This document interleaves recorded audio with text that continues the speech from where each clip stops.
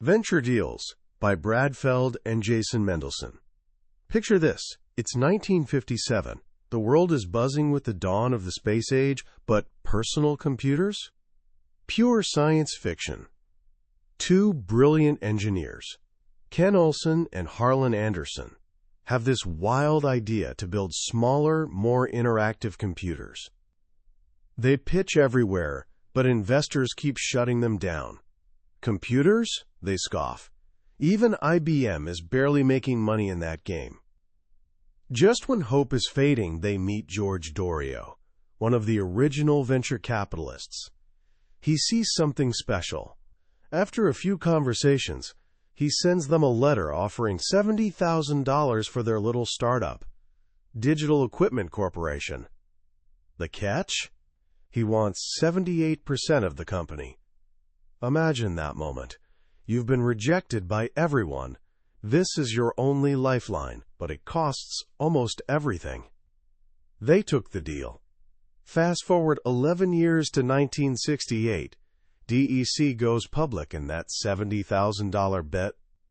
It's now worth over $355 million, a return of more than 5,000 times. It became one of venture capital's legendary home runs.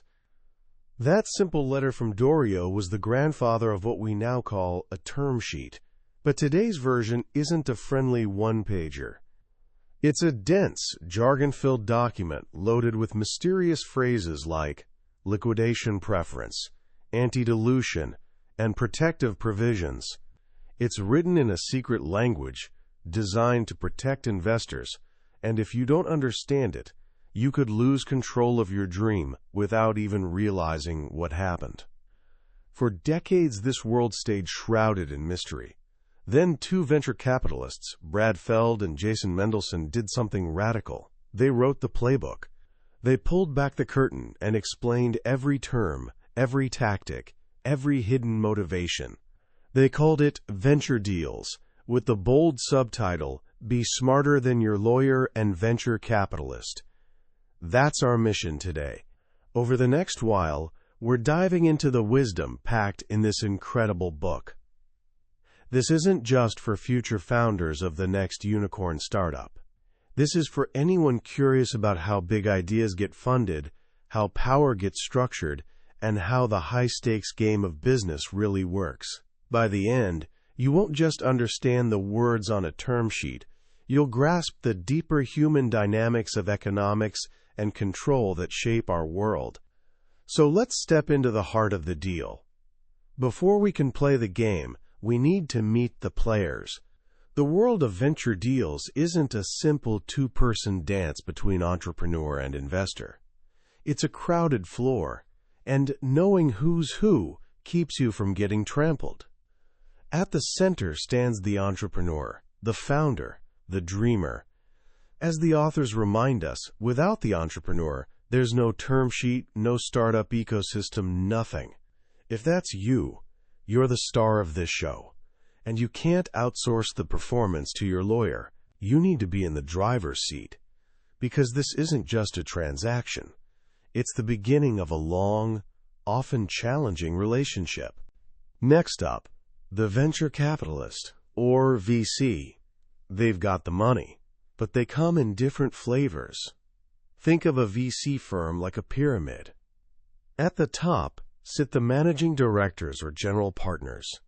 They're the decision makers, the ones who'll sit on your board and hold real power. Below them are principals or directors. Climbing the ladder, they can champion your deal, but almost always need a general partner's approval. Then there are associates, often brilliant recent grads who do initial research and analysis. They're scouts, not generals. Your job? Figure out who you're actually talking to. Best way? Talk to other entrepreneurs who've worked with that firm. They'll give you the unfiltered truth. Then there's the angel investor, often successful entrepreneurs themselves or wealthy individuals investing their own money in the earliest stages. They're critical to the ecosystem, providing that first crucial seed capital.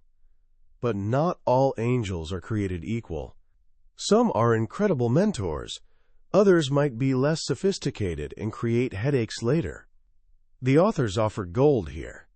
If you have lots of small investors like friends and family, group them into a single entity. Chasing 75 different signatures when you're trying to close a deal is a nightmare worth avoiding. When all these investors come together, they form a syndicate. And usually, there's a lead investor, the VC, who takes charge, negotiates terms, and rallies the others. As the entrepreneur, finding that lead is your mission. Finally, there are the lawyers. A great lawyer is invaluable. A bad one is a disaster. A great lawyer helps you focus on what matters, while a bad one fights over trivial details, inflates the bill, and creates tension in a relationship that needs trust. Never, ever let your cousin who handles divorces manage your venture financing. So you've got your idea, maybe a small team. Now begins the quest, raising money. The first rule, borrowing from a wise little green Jedi Master, is do or do not. There is no try. Approach fundraising knowing you'll succeed. If you sound like you're just testing the waters, investors smell that uncertainty from miles away. First, figure out how much you're raising. The authors suggest a simple approach. Skip the complex financial model that'll inevitably be wrong. Instead, think about the money needed to reach your next meaningful milestone. Launching your first product? Hitting a certain user count? Calculate your monthly burn rate, total expenses, and give yourself cushion. If you think 6 months, plan for 12. Things always take longer. And be specific. Don't say 5 to 7 million. Pick a number. You can always raise more if demand is there. Next, prepare your materials. Your arsenal. You need a short, 1 to 3 paragraph business description, your elevator pitch.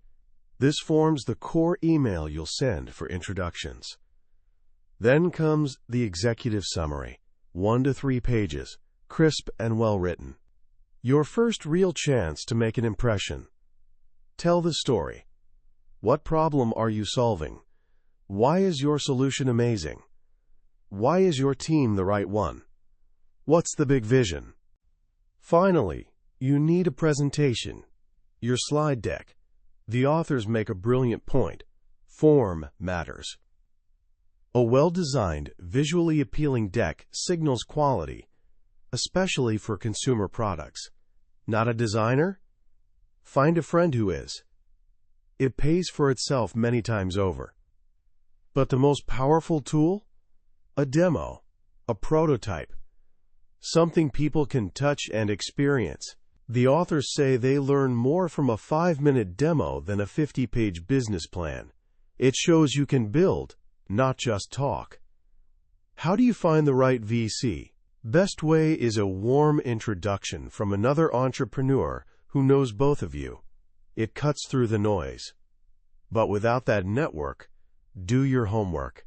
VCs blog, tweet, and live online. Read what they write. Understand what they care about. Don't send a medical device plan to a software-only VC. It wastes everyone's time and shows you skipped basic research. A great rule from the authors. If you want money, ask for advice. If you want advice, ask for money. As you meet VCs, they'll fall into categories. Some are clearly interested and want to lead. Great. Engage. Some pass. Also great. Move on. The tricky ones are the maybes and slow numbers. The maybe hangs around, waiting to see who else bites. Keep them warm, but don't count on them. The slow no never says no, but never moves forward either. You're pushing a rope. The author's advice. Treat these as a no, and stop wasting energy. Your goal is getting a term sheet, the document laying out proposed investment terms. Once you get one, you enter the most critical phase, negotiation. This brings us to the heart of the book. The authors reveal a secret that simplifies everything. After hundreds of deals, They've realized that in any venture financing, only two things really matter: economics and control. Economics means how the money gets divided, especially when the company sells. Control means who makes the big decisions.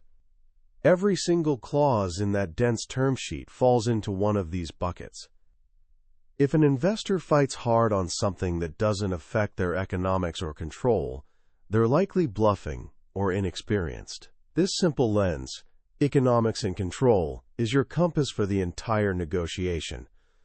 Let's start with economics. Everyone focuses first on price or valuation. When a VC says, "I'll invest $5 million at a $20 million valuation," what do they mean? An entrepreneur might hear $20 million pre-money, the company's worth before investment.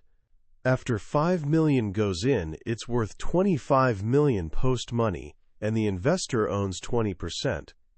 But the VC often means $20 million post-money. Then their $5 million buys 25%. It's a subtle language difference with huge ownership implications. The authors advise clarifying immediately. A simple, confident question like, "Just to be clear, you mean $20 million pre-money, right?" forces clarity and shows you know your stuff. The next valuation trap is the employee option pool, stock reserved for future hires. VCs almost always insist this pool gets created or expanded before their investment as part of pre-money valuation. Back to our example, $20 million pre-money. VCs want a 20% option pool. If that comes from pre-money, your effective valuation just dropped to $16 million, because those options dilute founders, not new investors. Key negotiating point. You can argue for a smaller pool with an actual hiring plan, an option budget showing exactly who you'll hire and their equity needs. But the most important economic term, even more than valuation, is liquidation preference. This determines who gets paid first and how much when a company sells. When VCs invest, they don't buy the common stock founders have. They buy preferred stock with special rights, and liquidation preference is the most powerful. In simplest form, a 1x liquidation preference means if the company sells, investors get their money back, the 1x, before anyone else sees a dime. They invested $5 million, they get the first $5 million from the sale. But it gets complicated. There's a feature called participation. If preferred stock is fully participating, investors get their money back first, then share in remaining proceeds with common stockholders.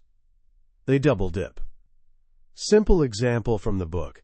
AVC invests $5 million for a third of the company. Later it sells for $30 million. With simple 1x preference and no participation, they choose take their $5 million back or convert to common and take their 1/3, which is $10 million. Obviously they take $10 million. Founders get the other $20 million. Everyone's happy. But with 1x participating preference in that same $30 million sale, they first get $5 million back. That leaves $25 million. Then they participate in that remaining $25 million, getting 1/3, about $8.3 million. Total payout, $13.3 million. Founders get only $16.7 million. Participation shifted millions from founders to investor. This is why the authors stress, you can't just look at valuation. A higher valuation with aggressive liquidation preferences often beats a lower valuation with clean, founder-friendly terms. In early days, keep it simple. Argue for non-participating preferred stock. It aligns everyone toward big outcomes. Another key economic term is vesting. When you start a company, you're granted a huge chunk of stock. But you don't own it all on day one. It vests over time, typically 4 years with a 1-year cliff. Leave before your 1-year anniversary, you get nothing. After 1 year, you get 25%. Then the rest vests monthly for 3 years. Entrepreneurs often see this as VC control, and it is, but the authors point out it also protects founders from each other. What if a co-founder leaves after 6 months? Without vesting, they walk away with their entire stake while you do all the work. Vesting ensures equity gets earned through commitment over time. It's a tool for alignment, not just for investors, but for the founding team itself. That's the economics bucket. The price, how the pie gets sliced in an exit, and how ownership is earned over time. Now let's turn to control. Even owning less than 50%, VCs can have huge control through specific term sheet provisions. Most obvious, the board of directors. The board is the ultimate governing body. It hires and fires the CEO, approves budgets, decides major strategic moves. Board composition is one of your most important control negotiations. In early-stage deals, a typical 5-person board might be 2 founders, 2 investors, 1 independent member, both sides agree on. This creates balance where no faction has absolute control. As an entrepreneur, fight to maintain this balance as long as possible. But the most powerful control mechanism is protective provisions, effectively veto rights. A list of actions the company can't take without explicit preferred stockholder approval. The list is usually standard: selling the company, changing preferred stock rights, issuing new senior stock, buying back stock, changing board size, or taking on large debt. An entrepreneur's first reaction might be, "Don't you trust me?" But as the authors explain, it's not about personal trust. It's about good governance and eliminating ambiguity. VCs have fiduciary duty to their own investors, limited partners. And these provisions ensure the fundamental structure of their investment can't change without consent. The key is keeping these reasonable so they don't handcuff your day-to-day operations. Another interesting control term is the drag-along agreement. This lets a majority of one shareholder class, usually investors, force all other shareholders to agree to a company sale. This became common after the dot-com bust, when companies sold for less than total investment. In those situations, founders and employees getting nothing would sometimes block deals.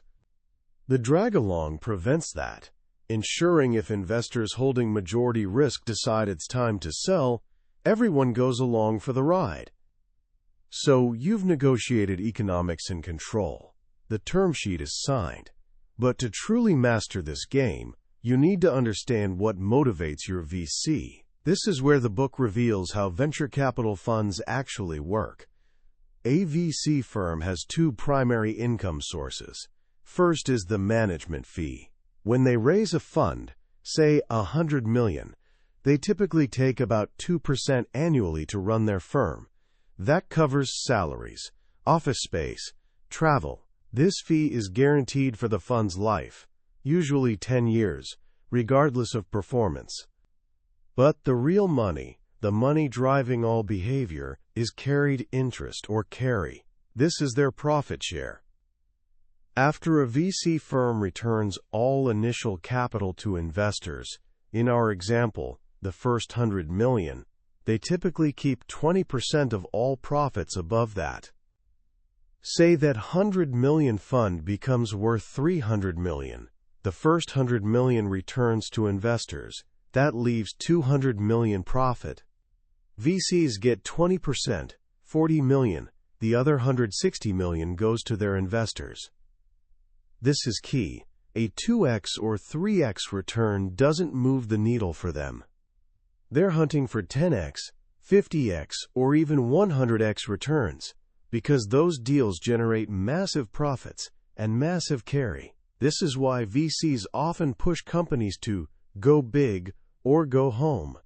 They're not incentivized by small, safe outcomes. They're incentivized by home runs. Understanding this is crucial. When a VC gives advice, see it through the lens of their financial model. There's another factor: time. A VC fund has limited lifespan, usually 10 to 12 years. They have a commitment period of about 5 years for new investments. After that, only follow-on investments in existing companies. This creates pressure. A VC who invested in year 5 needs liquidity within the next 5 to 7 years. This can sometimes conflict with an entrepreneur's longer-term vision. It's not malicious. Their clock is ticking. Knowing all this, the players, process, terms, and motivations, equips you for the final challenge, negotiation itself. The authors offer timeless wisdom here. First, preparation is everything. Know what you want, what you'll concede, and your walk-away point before entering the room. This includes knowing your BATNA, best alternative to a negotiated agreement. Have another term sheet? Can you bootstrap longer? Your power comes from alternatives. Second, recognize this isn't a single-play game. This isn't a one-time transaction with a stranger. It's the beginning of a long-term partnership. Your goal isn't to win the negotiation. It's achieving a fair outcome both sides feel good about, so you can build something great together. Reputation is everything in this small world. The best leverage possible is competition. If you're lucky enough to have multiple VCs interested, orchestrate a process driving them all toward term sheets around the same time.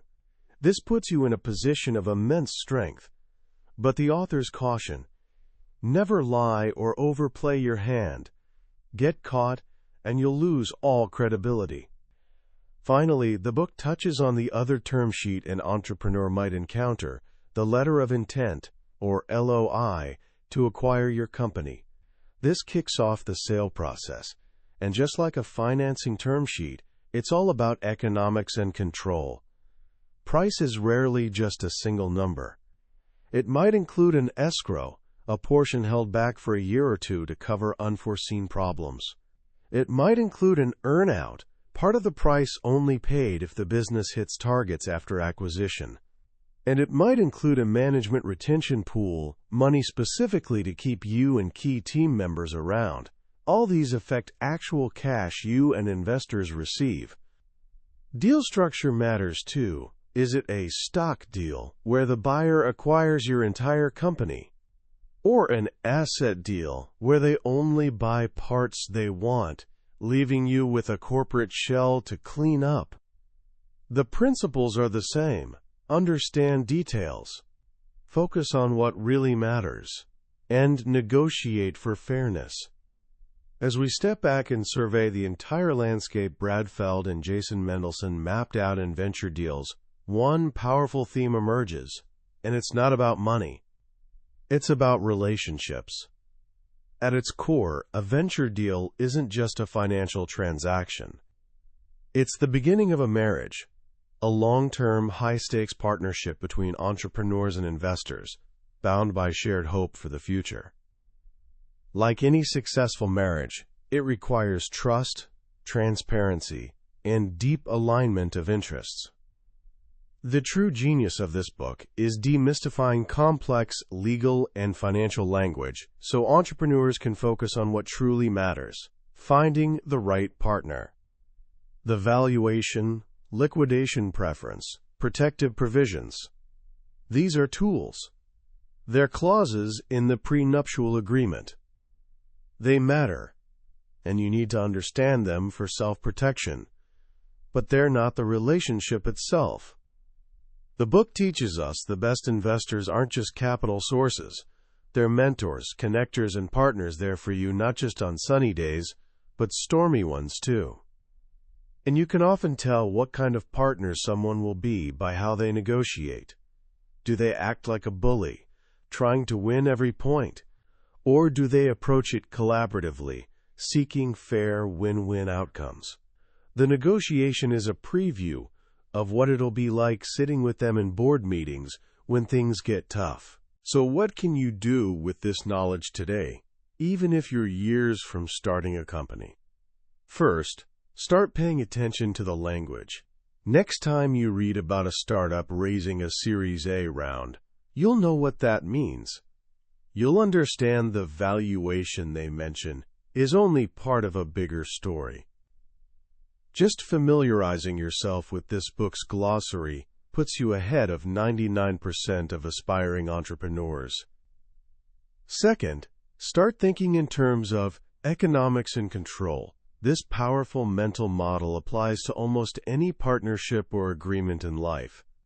Joining a club, starting a project with friends, even taking a job. Ask yourself, what are the economics here? How is value created and distributed? Who has control?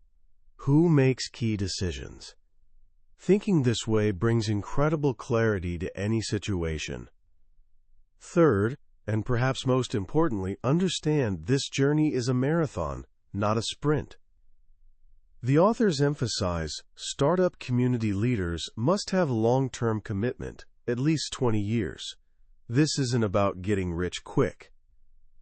It's about building something meaningful and lasting, creating value, solving problems, and contributing to a community of builders and dreamers. That was a deep dive into the core ideas of venture deals by Brad Feld and Jason Mendelson.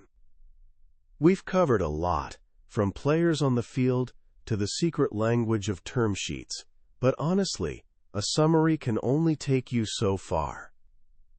The real magic happens when you hold the book in your hands. It's in those quiet moments when a particular example or simple phrase clicks and gives you profound clarity. This journey we took today is designed to help you decide if this book is worth your time. If anything we've discussed sparked your curiosity or resonated with your ambition, I encourage you to grab a copy. Reading it isn't just learning, it's an experience that can genuinely change how you see the world of business and your potential place in it. A link to the book is in the description below. Also, if you found this summary valuable and you're excited to explore more incredible books on the Billionaire's Bookshelf, please take a moment to hit that like button and subscribe to the channel.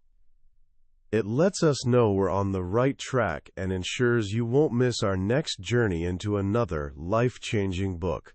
Let's keep growing together.